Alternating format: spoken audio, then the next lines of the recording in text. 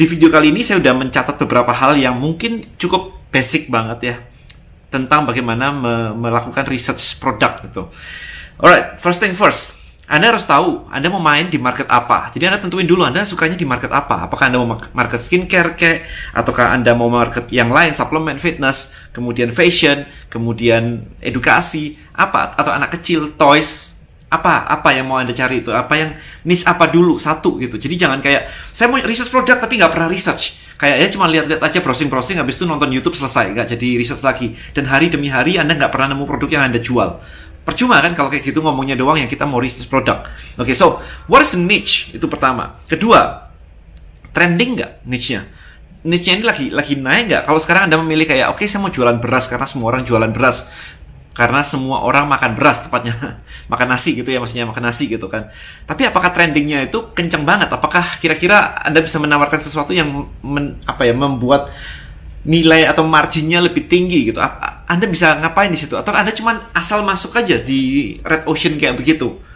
Kemudian marketnya sudah matang atau lagi mau naik? Waktu saya masuk ke industri suplemen 20 tahun yang lalu, itu industrinya benar-benar masih nol banget begitu. Itu enak banget kena naiknya gini, industrinya naik enak banget. Sekarang sih masih naik, tapi red ocean juga udah banyak banget pemainnya, udah banyak pemain gedenya. Nah, kalau saya akan mencari produk-produk di mana trennya itu belum terlalu ada winning brandnya ya, belum ada yang kayak ini satu brand ini kuat banget gitu. Kalau misalkan Anda tahu-tahu masuk ke shampoo anti ketombe, udah ada winningnya kan, udah ada clear gitu misalkan, Head and Shoulder misalkan. Nah, Anda akan ngelawan mereka itu akan tough banget. Tapi kalau belum ada clear winning brandnya, maka Anda masih kayak oke, ini masih bisa nih. Jadi Anda mesti tahu nih lagi naik atau enggak sebenarnya. Jadi pemainnya juga berapa banyak, kompetitornya berapa banyak. Kita nggak mau main di bisnis yang kompetitornya terlalu banyak sekali. Ingat ya, video saya yang lalu ngomongin tentang creating offer. Jadi produknya mungkin sama, pemainnya mungkin banyak, tapi ketika Anda menambahkan value tambahan, ini menjadi sebuah offer baru, di mana itu menjadi sebuah penawaran baru. Sehingga ini bisa dikatakan tidak ada kompetitornya lagi gitu. Jadi cari produk yang sama, mungkin kemudian ditambahin value sesuatu, sehingga ini menjadi berbeda dengan yang lain. Nah, kemudian harganya berapa? Anda nyaman main di harga berapa?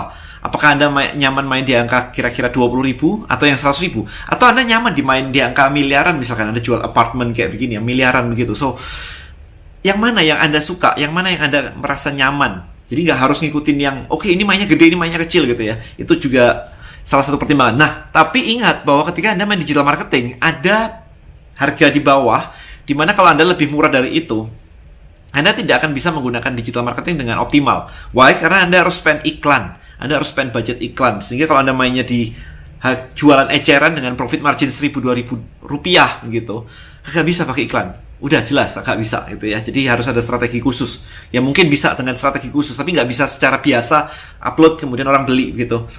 Kemudian, apakah barang Anda ini recurring atau one time? Apakah orang akan beli terus atau sekali beli putus? Nah, ini Anda harus tentukan. Gak ada yang salah, gak ada yang benar kok. Cuman Anda harus menentukan yang mana, sehingga Anda tahu, ini recurring, ini enggak. Kemudian, marginnya seberapa besar? Apakah Anda mencari produk-produk dengan margin yang 10.000, 20.000, atau Anda mencari yang 100.000, 200.000, atau Anda mencari yang 1 juta, 2 juta? Tentukan itu. Kemudian, apakah barangnya import atau lokal? Apakah harus import dulu dari luar, atau di Indonesia aja udah ada, tinggal Anda ngambil dari vendor lokal, kemudian Anda jual lagi gitu.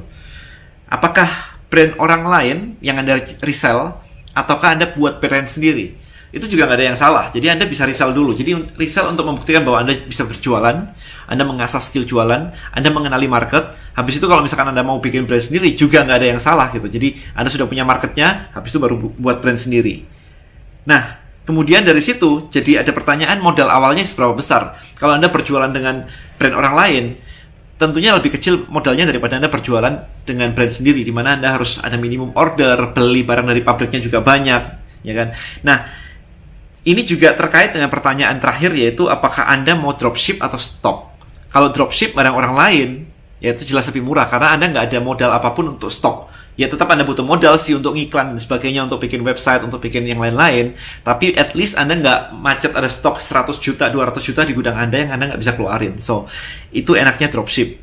Kalau stok ya biasanya karena belinya banyak, jadi harganya jadi lebih murah. Which is, margin Anda jadi lebih besar. Tapi Anda ngeluarin modal lebih banyak. Ya sama aja sih. Nggak pakai modal, dapatnya lebih kecil. Pakai modal besar, dapatnya lebih banyak. So, it's your choice sebenarnya. Jadi itu kurang lebih pilihan-pilihan kriteria-kriteria. Jadi Anda harus tahu Anda mau cari produk apa sebenarnya. Jadi nggak randomly cuman saya mau nyari produk yang kira-kira winning apa ya, tapi nggak jelas gitu ya. Jadi harus benar-benar spesifik banget ketika Anda memutuskan sesuatu seperti ini.